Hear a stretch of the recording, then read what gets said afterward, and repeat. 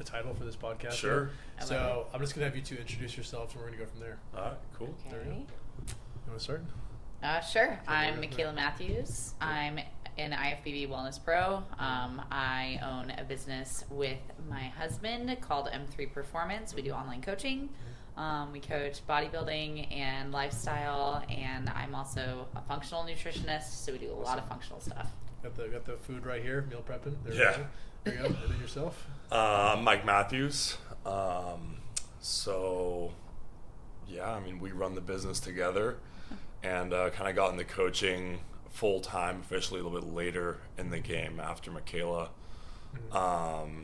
But just been in athletics and competing pretty much for my entire life. Can we, because on the boat you mentioned you have your IFBB Pro card, and then you're working towards yours. So I have a show in less than 4 weeks. But if you see this guy, you'd think that he already has his, but like, and that's good. So I want to break down like how to get your IFBB, because if I look at you, I'd be like, he obviously has his card. You know what I mean? Like, sure. there you go. So what does it take to get to your IFBB Pro card? Ooh, okay. So basically what happens is when you decide to compete, you choose if you want to start from the very beginning, you choose what league you do. Okay. If you choose the NPC, which is the most popular, you compete on what's called just your little local stage, regional stage, basically. And so then you kind of see how you stack up against all different competitors that, they don't have to be from your area, but most of the time that they are. If you win top 2 there, then you get to go to nationals. And so, really quick, are those regional events? Can like anyone? Could I be like, I'm going to host regional, or like do you have to be certified by, you said NPC? Yeah, the NPC. Okay. So you have to be a promoter. Okay. So I guess I'm not really sure how people kind of come into that. Gotcha. Okay. Yeah. It's really expensive to put a show on. You have to figure out like the backdrop. You have to figure out like how to promote it and all that good stuff. So a lot of times there won't be like one-off people doing it, but sometimes there are. So money. Yeah, for sure. Yeah, it's a business. Yeah, exactly. Yeah. So so then once you go to regionals and you do like top 2, then you go to nationals, and then there's a series of different national competitions throughout the year. So some are bigger, some are smaller. And they all rank the same? Okay. Not necessarily. They're not like ranked differently based on like the clout by the promoter. Okay. It's more of like who ends up showing up to all of them. Gotcha. So like where I got my pro card, which was nationals, and that was it's just called nationals. A lot of the other ones will have different names. It's in November, and so it oftentimes is one of the bigger shows just because it's at the end of the year. And people have had like their whole year to get their qualifications, so then they get to go. Gotcha. Okay. So then once you go to nationals and you pick which national show you want to do, if you win the top spot in your class or your division, then you get your pro card.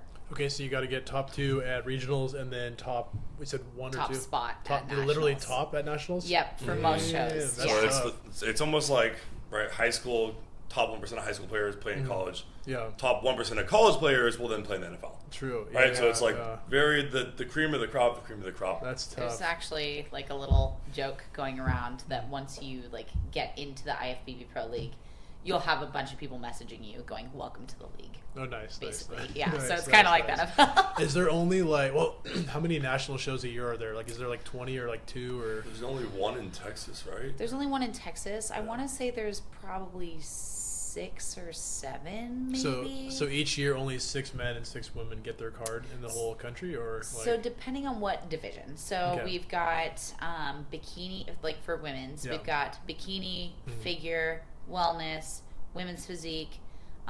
So there's multiple chances to get it. Gotcha. Yes. I was gonna say, that's a very elite.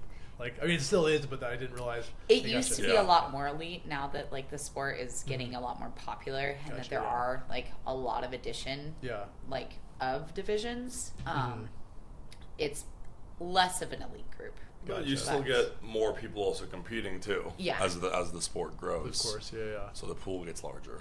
which means the talent gets better. If you win, you get your pro card. Can you come back and then like win again and like not let other people get their pro card, kind of a thing? Like how does it? I don't know if it'd be worth doing it for that.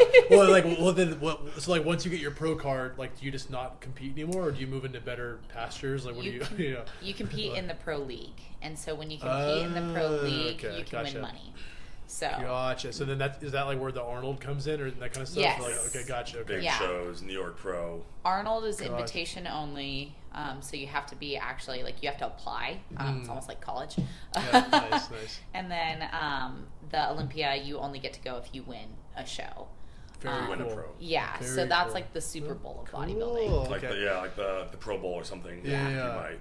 Interesting. Okay, honestly, I'm so glad I brought that up because I did not know how that all worked, and I have so many friends that try and get their card, and so interesting. Yeah, Okay. and it's like you get your pro card, and then you step on stage as a pro, and you're like, a lot of people get very humbled. All of a sudden, it's like, oh damn, these people have been doing it their whole lives out here. I got demolished in my pro debut. I wasn't gonna say it, but like, I was like, you still look phenomenal. I got 8th out of 11, but I still look the best that I ever looked. Yeah, So. that's all you can do. That's tough. Wait, so what are you currently going through on your prep, like to go for your pro card?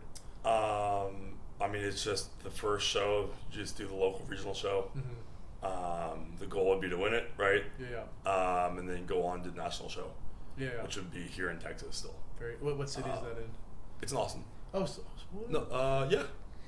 I think it's maybe in Dallas. Yeah, the national is in Dallas. The local one I'm doing is in Austin. It's in Very cool. But it's cool. It's Galvanized Productions. If you win this local show, the Republic of Texas in Austin, they pay for you to go to nationals. Very cool. Yeah. Okay. And what are you doing, like training-wise? Training-wise, Let's get the regimen down. Yeah. Let's see. I mean, this morning I was up at 5 with McKayla. Got right into an hour of fasted cardio. Okay. In the garage. What are you doing for that cardio? So like 3.5 speed on the treadmill on like a 12 incline. Okay, cool. Yeah. In like a 90-degree garage and at 5 in the morning. Nice. I just bought my own little indoor desk treadmill. Yeah. I want one so bad. Oh, it literally is changing my life. Like it only goes to 5% incline, but it doesn't go lower or higher. And then I just do 2.5 speed, and I just work for like an hour. And I'm just shredding those guys. And you're like, okay. Yeah. I'm like, I can't do that. I'd be like dripping sweat onto my papers and keyboard. Well, no, I'm very much like this, and my hand, my forearms stick to and I'm doing like this when I'm typing. So it's not about 30 minutes in. It's not ideal, but like it's still. I love it. Yeah. But sorry, what were you saying? So you're in your fasted cardio. So 5 a.m. hour fasted cardio, finish, eat my morning shake, my first meal, which is just like oats and blueberries and protein powder and stuff. Yeah. And then go and hit like an hour and a half workout. Okay. And then after that, went over and got body work done for like an hour. For an hour, and then after that came back to the gym and did 30 minutes posing. What is body work? Is that like massaging? Stretching, massaging, cool. Some rehab, loosening, you can opening see you up. Cupping. You can see the cupping marks. Yeah, I was wondering what that was. Yeah, I don't know if you can see my camera or not, but yeah. how about a little bit? Yeah. It looks like giant hickeys in my necks, yeah. Yeah, that wasn't me. Very cool. Okay. Wait, so how long do you prep for? Because I'll get into like what you do with your clients in a sec. But like, so I haven't stepped on stage in like about a little over 2 years. Okay. And that was some personal things, just work as well, busy, but then kept growing and like kind of coaching myself. And then finally, I think it was in October, I was like, all right, I'm ready to go to compete again. Yeah. Hired a full-time coach, and pretty much bulked, and I got up to about 275. I'm 6'4", so 6'4", 275. Yeah. And that was by January. Still like relatively in good shape, and then after that come like February, March, April, May, June, I've just been slowly coming down, trying to keep on as much mass. What are you at right now?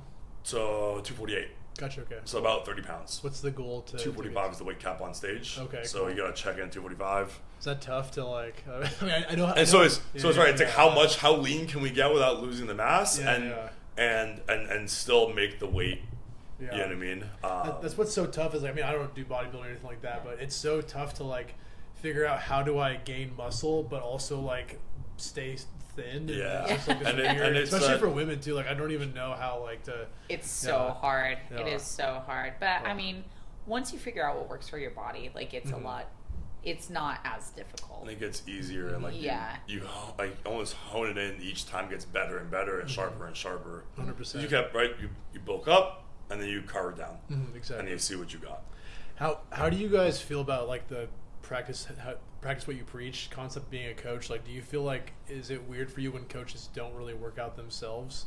Absolutely. That's a reason why, and like, no offense at all to my past coach, that is a reason why I switched coaches, because it's like I wanted somebody who was actively in the sport, who was very passionate and driven in the sport still currently. Somebody I could go and see and train with if I wanted. And I mean, that's who I'm with currently, and like, as a result of that, it makes you more excited. For sure. Versus someone just telling you to do something and it's like, they're not doing it themselves. But that doesn't mean that they're not a good coach. No. Because there's a lot of great coaches who don't compete. Well, and I feel like their accolades kind of like speak for themselves. You know, like if you see like coach who's producing a lot of top talent, and then it's like they're not doing it, you're like, okay, well, that makes sense. You know, like I know a lot of coaches who are like coaching top tier athletes, and they had to step back from the sport because it's extremely demanding. Oh, for sure. Yeah, you can't just like part time. So I've seen that. For me, it's like if you're not actually like continually trying to be in the industry, maybe not competing, but like working out, yourself, like you fall behind because it's evolving so quickly, and it's like there's so much new, like we've seen a huge revolution, honestly, of like a lot more like health sciences and things like that being applied in bodybuilding now. Like when especially I first started, like the 80s or whatever. Well, I started in 2017, 2018, and like there was not near as much of a like emphasis on health. So it's if you're not in the actual like industry, it's really hard to keep up. Absolutely. And what one thing I've always liked about bodybuilding or physique training is that you guys are coaches, but you have your own coach too. Is there times, first of all, why do you do that? Second of all, like, are there times where they're telling you stuff and you're like, I don't know if I would do that? And you know, you look in the mirror and you see yourself, but we're always going to be most critical of ourselves. And so you won't be able to see what you need to do without a biased opinion. True. And so I think it's just emotional too, and it's like, I need to be leaner, but it's like, you're good. Yeah, gotcha. Okay, yeah. Well, honestly, like for me, I got into the coaching game super young, and so like who I am as a coach was completely molded by like all of the coaches that I had before. Like I had the same coach my entire career until she coached me through all of the shows, and like who she is as a coach like really made an impact and like molded me into who I am as a coach. And so like that was really neat. And then also too, like different coaches have different specialties. And so like I've learned a lot throughout, like kind of switching different coaches, taking different approaches, like approaches to training, approaches to supplementation, approaches to diet, like all different kinds of things, and it's only made me like sharper as a coach and given me more experience. So kind of putting in more tools to your arsenal. Learning from every single coach, you get new stuff. Exactly. Well, like when you, let's say, like we'll go back to when you trained your first client versus now. What is the different like approach? I guess we'll go both of you, but like what's the different approach that you take now? Oh man. Okay. I put my first client on stage like. Have you both always been like bodybuilding physique coaches, or have you just there's a lot of transformation too. Gotcha. Okay. Yeah. Okay. Cool. Yeah. I would say that I started out really more bodybuilding, like physique, and now I'm about half and half. I got board certified in functional nutrition like a year ago, and that kind of shifted the composition of my book quite a bit. Gotcha. But I would say my first client that I had, I was unrealistic about our time frame, and so I put her on stage before she was ready, and like I know that. Does she know that, or no? She doesn't know that. I don't think she knew she was my first either. So nice. If she listens to this, it's okay. Nice. But I think I just like pushed her really hard at the end. But I also honestly had a mentor that was like looking over my shoulder for everything that I did with her, which was great. Yeah. And that mentor was my first coach, and like went with me to her first show and all that good stuff. So that was great. I think now I'm not as afraid to, like, when I'm writing somebody's plan, like, prescribe a lot of like supplements that I know are gonna like help them and actually just give them a little bit of an edge, where before it was more of like, okay, like I'm not really sure how much money they have to like put into the sport, or like how much money they like are willing to put to this stuff.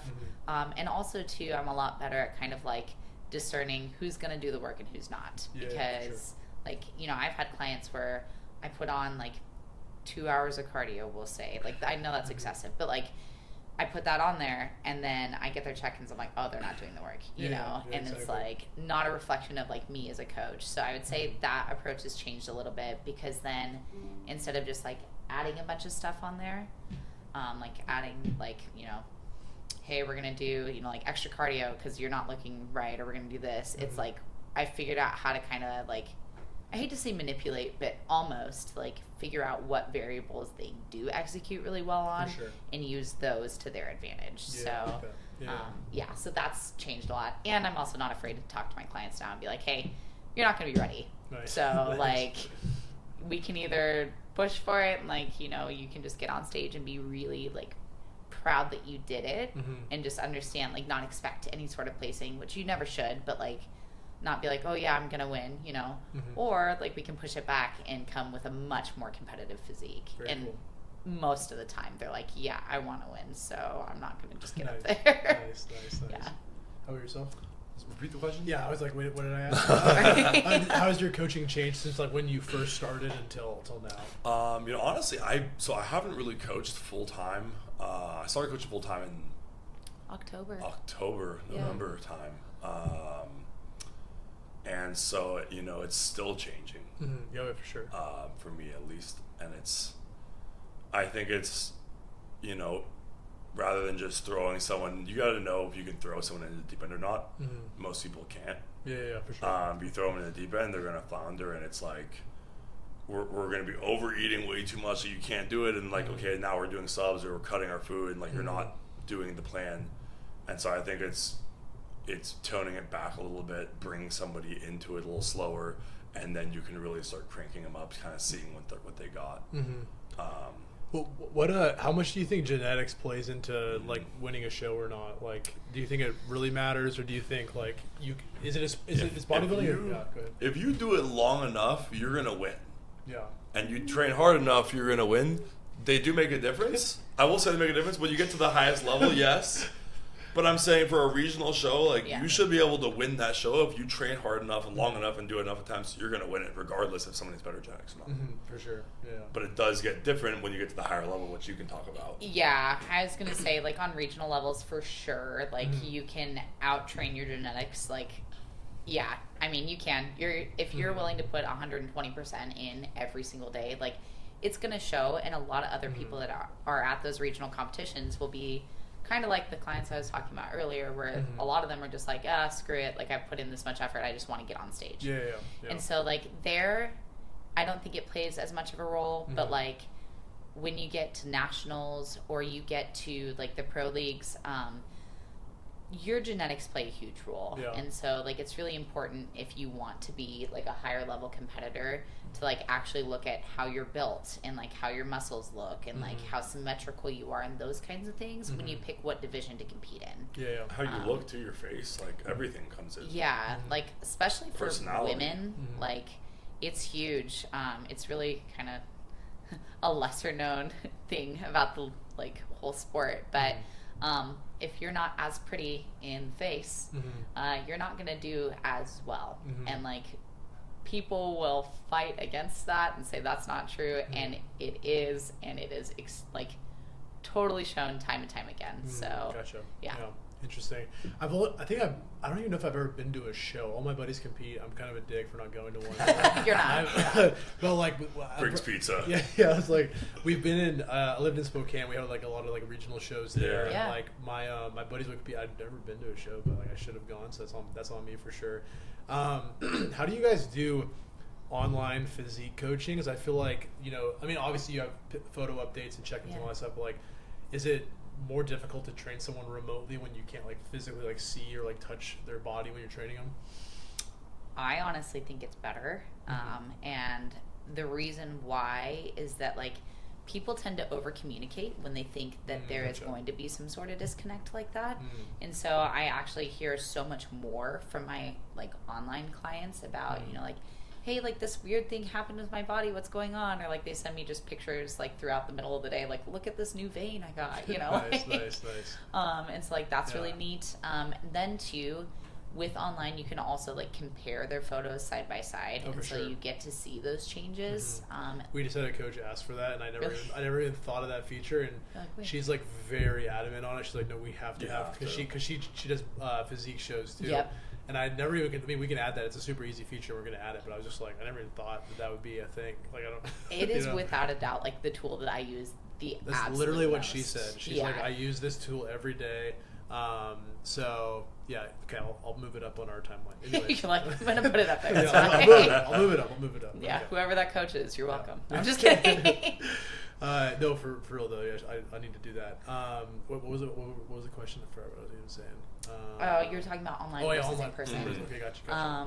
So yeah, like you get to compare those things, and that makes it a little easier. And then also too, I ask for a lot of videos, so like form videos, posing videos, like things like that, and they're just things that either you don't have the time for in person, like.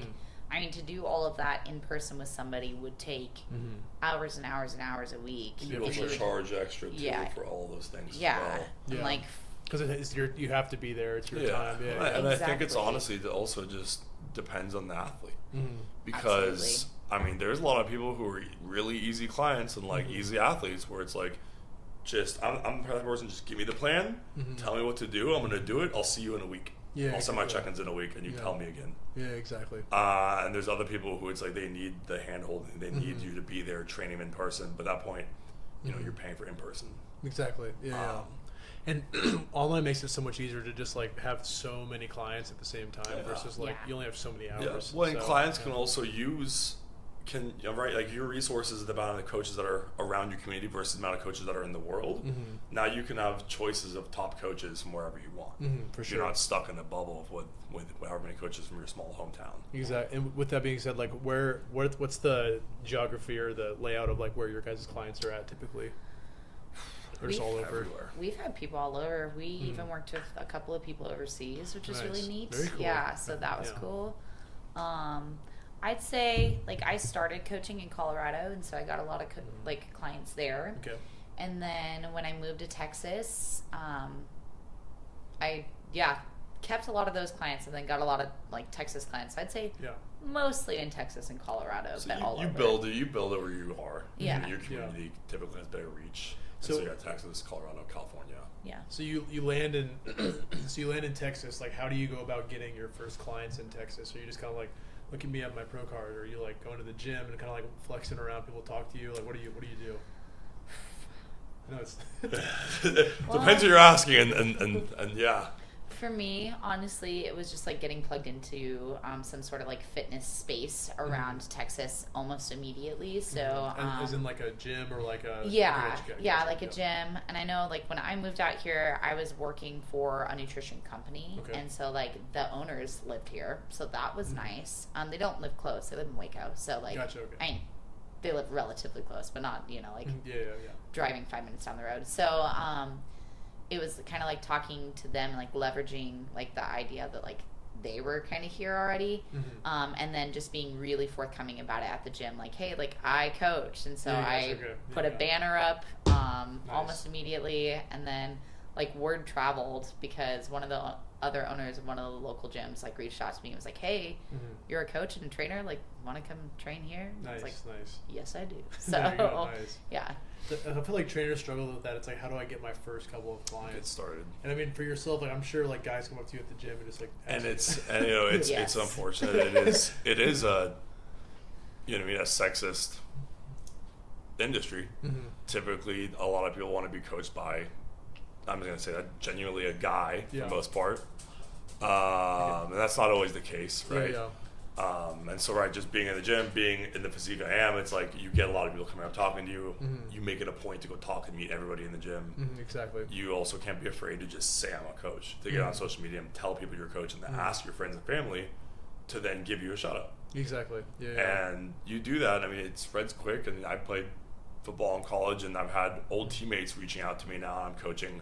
Nice. And all of a sudden, you get great success with one or two, and they tell some other old teammates, and you have all these people reaching out. Yeah. Our business is word of mouth for sure. Yeah, word of mouth is the biggest way for sure. Mm-hmm. You guys do any sort of like Facebook ads or anything like that, or like Not you're pretty yet. busy? No, we're stepping into that hopefully soon, but yeah, not to this point. Yeah, so you're at a point where like you're pretty like not I want to say the word content, but like you're pretty content with like the clients you have, like the business you build, and all that kind of stuff. Like always trying to grow. I'm gonna say no. I'm gonna Yeah. say no. Yeah, I'm gonna say no. I say Gotcha. this is for me. It's been a nice It's been 6-8 it's been like months. 6 to 8 months. Yeah. 6 So months. you're- It's been a nice taste. I've got my Yeah. feet wet. I'm getting comfortable and confident in the coaching and the transformations. But it's like I'm just seeing the tip of the iceberg of For what sure. can be done. For sure. Yeah. You know what I mean? Well, so are you? Do you coach clients, or you both have your own individual book, or what do you do? Individual for the most part. Individual for the most part. We I use know. each other's strengths. Yeah, like I'm pretty well versed in like female hormone health and like how to prep females healthy and like keep their cycles and keep their hormones in So when check. I have and a like, client check in and saying you have Yeah. an issue with that, and I don't know the answer, Mm-hmm. I go and ask McKayla, and she's able to chime in with a bunch of great Oh, cool. information. Nice. yeah, Yeah, very cool. So, and then like likewise with guys, you know, if I'm like, yeah, this dude's eating like 6,000 calories, he's not gaining weight. Like I don't know what's happening here. Yeah. Or training for more functionality or something for Yeah. sports. Oh, definitely. I mean, you help me with personal training all the time Yeah. with that. So it's fun kind of using each other's strengths like that. Very Yeah. cool. And then, do you guys ever like have a client you're kind of like, you take them kind of a thing, or? I'm not gonna say like taken, but I've given you clients. I was like, I could have sold this client, but like they were pushing, like kind of tended more, kind of wanted a female. I'm like, well, let me give you to McKayla. Yeah. Yeah. I'm sure I know it's gone both ways too. Yeah. Vice Okay, versa. cool. Yeah. And did you guys meet at the gym, or like were you like on stage? Like where'd you guys like where did you guys meet? Oh man. Do you want to tell it or do you want me Yeah. to? So I played football at Colorado, CU Okay. Boulder. Are you a Nuggets fan? Skillos. I Yes. just saw the Nuggets just won, right? Go Nugs. Yeah, There you dude. go. That's wild. I think it's the first time in history they've won. I think so. Yeah. Yeah. Good for them. Good for them. They We needed the win out there. But yeah, we met in college, and I actually coached her powder puff football team. I was on a sorority. Yeah. And it was my senior year on my way out, and like my buddies, so me and some teammates, we coached their team, and I was Coach Mike, and He, and it was I can't remember one of the first practices, and she like just being the beautiful brute she is, just bloody nose, bulging, like brought it through people, and like we were mopping up the bloody nose, and like hurt her shoulder too, like the same I day. separated my shoulder. Oh my god, and nothing's really changed since. So Yeah. I love that. Yeah. It's a good origin story. Yeah, It was I know. fun. There you go. Well, it was funny because I don't think you talked to me usually, like most of the time, and then it was Be after the respectful. big game. Yeah, you're being respectful, sure. And it was after like the big game, and everybody was having a huge party at their house because it was 6 football guys that lived in one house. So There you go. pretty crazy. Dog. Doghouse, yeah. And everybody was drinking, but I was on prep. So, Gotcha. So that's what we call getting ready for a comp. Yeah. I was, She wasn't drinking, Yeah. and I wasn't gonna let her not hang out and have fun, and so I drank for her. I was having fun. I just wasn't playing yeah, drinking so I games. was drinking for her now at the games, and that was a mistake. Yeah, I'm terrible. She at wasn't good at the drinking games. Nice. And then she had to leave because she had like. I trained said I somebody had or a worked out or project, something. but that was a lie. I just saw it going Yeah. downhill very And so quickly. she was leaving. I walked her out, and then I tried to kiss her, and she didn't even acknowledge it. I gave him a hug. Yeah, and it kind of went from there. And yeah, I graduated 2 years before her, and so I moved to Austin, and we did distance for 2 years. Oh Yeah. damn. Okay. Damn, Yeah. Okay. That Yeah. was rough. And then only when COVID shut down, because I worked at the university and then worked with kids and Gotcha. adults with developmental and intellectual disabilities and Gotcha. worked at a gym. I was like, I can't leave my jobs after I graduated. And then COVID shut all of it down. So I moved down here in Early. June. Just started hanging out. Yeah. Damn, there we go. Yeah. I'm glad it worked out, guys. Yeah, right. Me too. We're here. Me too. Back to the business though. I know that's kind of business too, but like, Yes. Yeah. Yes. So, how do you guys feel about like your social media? Like, do you use a lot of that to get your clients, or are you kind of more like casual? big. Like it's big. Okay, cool. Basically only social media, I would say. Do you have like a calendar? Do you have an assistant doing a schedule? Like, are you kind of just like posting when you go to the gym, kind of a thing? Post. We don't. have an assistant or anything like that, but like we post every single day. Each of us make a post, posting on our stories. We worked with a content editor for a good probably 4 months, and they were great. They were just too pricey, but they ended up giving us like a really good foundation for like, okay, this is what your content should look like, and like this is how you should post it. Like these are the types of captions. So we learned a lot from that, but right now we do all of it on our own. I had a social editor. We'll probably bring her back eventually, but like it just like I do it myself now, even though I'm a bigger company. Like I have some tequila on a Friday, and I can do it like you 45 minutes. You sit down and you can knock out a whole week right in a couple hours. Literally, if you have the ideas and what exactly. And it's so simple. So what I did now is I hired like a really good graphic designer, and then I go, here's my ideas, and I don't even put time into them. I go, like today, I just put this shitty little picture, and I had some globes, and I was like, give me a design to show that all of our trainers around the world are using it. And he just like made this design. I paid him like $15, and I was like, cool, that's what I want. I can post that. I don't need someone to like manage it all, you know. So so if you're willing to do some in hybrid. Exactly. Yeah. Do you guys have a combined Instagram? Like we'll tag it and everything, but like what do you? At M3 Performance. Yeah. Cool. So we actually have 2 other coaches in our business. Yep. So like same level, like below you guys. Like what's the? We all coach, but we run the business together. Okay, yeah. So I'm the most senior in terms of like experience. Sorry, no, in terms of experience. No, but operations, it would be the 2 of us, and then our 2 coaches are just coaching. How do you get them clients, or like how does that like dynamic work? Because I know like so many teams on our platform like have different little like dynamics. So I'm curious how that works. Eventually, yes. We're both trying to like keep our books full. Okay, so you're like. Okay, sorry, keep going. Yeah, I mean, we're just trying to get our clients, and then like if we feel that somebody will be a better match for like one of our other coaches, then it's not a big deal to pass them along. But so the ideal situation would be we have outbound sales. Because I came from a business degree, so a lot of times now I'm getting more comfortable with the coaching aspect.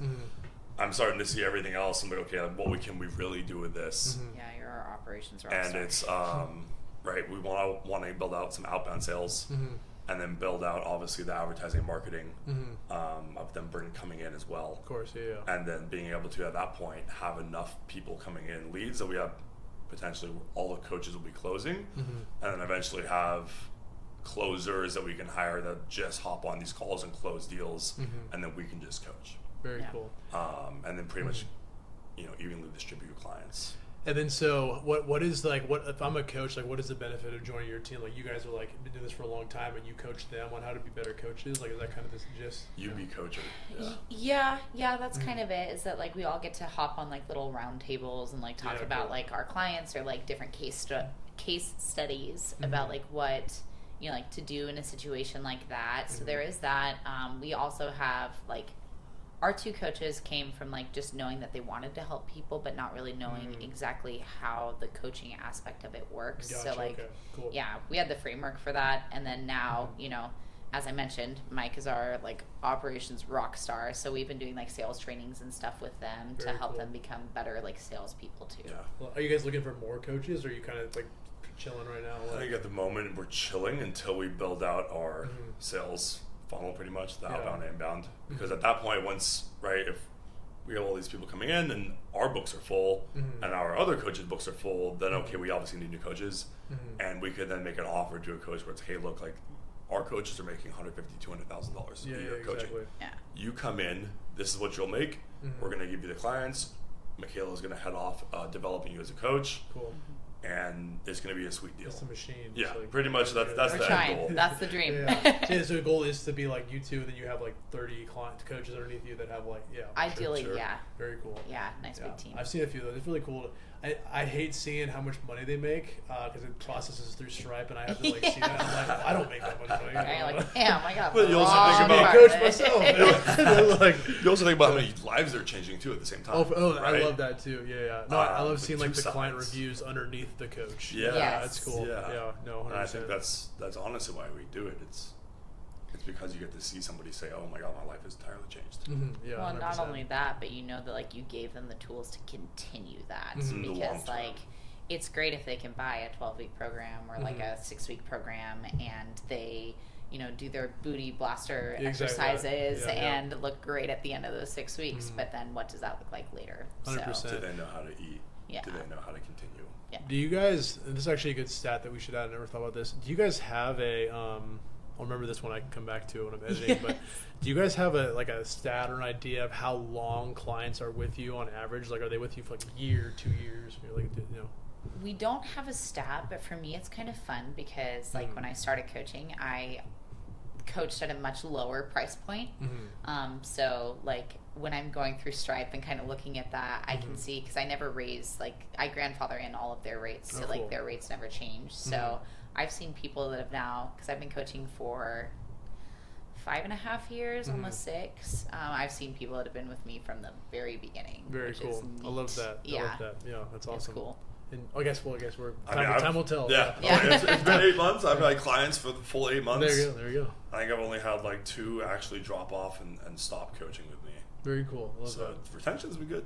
Love that. Yeah. Yeah, I think a retention stat would be cool. I never thought about that. That would Yeah, be really That'd cool. I thought, yeah. 'Cause you get a lot of people, Yeah. and also you get a lot of people who pump and dump clients all the time. But it's 100%. do you ever check up on those clients a year from now and see what they're at? Exactly. Yeah, fall one. Yeah, 100%. Oh, bunch of good ideas. That's why I like having these conversations. I'm like, these are things we should have. 100%. I love that. Sweet. You guys have anything else you want to cover? I mean, I think we did a good gist of the business and your guys' fitness background. So, Yeah. anything else we're missing? Not that I can think off the top of my head. There I we don't go. think so. I think Well, it was a that's great. pleasure having you both on. This will probably go live in the next couple of weeks or a month. Yeah. And, Woohoo. Quick shout out, because I know we kind of talked about a few different people. yeah. Yeah. Quick shout out to my coach Patrick Davis. Didn't say his name. Atlas Nutrition, who used to be our old coaches. Yep. So yeah, just wanted. I didn't name drop anybody earlier, but I was like, I want to Yeah. make sure I give them a little bit of Well, credit. and it's Ayush and Chad Nutter with the Real Editors. They were our video content creation people. That was awesome. Yep, Libby Lesby, my coach. And then just the NPC, Texas Bodybuilding. And also our 2 other coaches, which are Kimmy Croson and Liz Borgman. Boom. Love that. Yes. Sweet. We'll get them all tagged up. Yeah, right? I'm like, good luck. Yeah, Just kidding. that's all I got. I'll man. be emailing you guys for those tags. Yeah, right. Wait a minute. Sweet. Guys, this is awesome. Episode 2 wrapped up. Sweet, man. Honored. Thank you. I know, that was neat. I want to thank you for taking the time to listen to the My Fitness Business podcast, powered by WeStrive. Head to westrive.com/podcast to check out more of our guest interviews and learn more about the WeStrive platform. Have an amazing day, and don't forget to keep striving.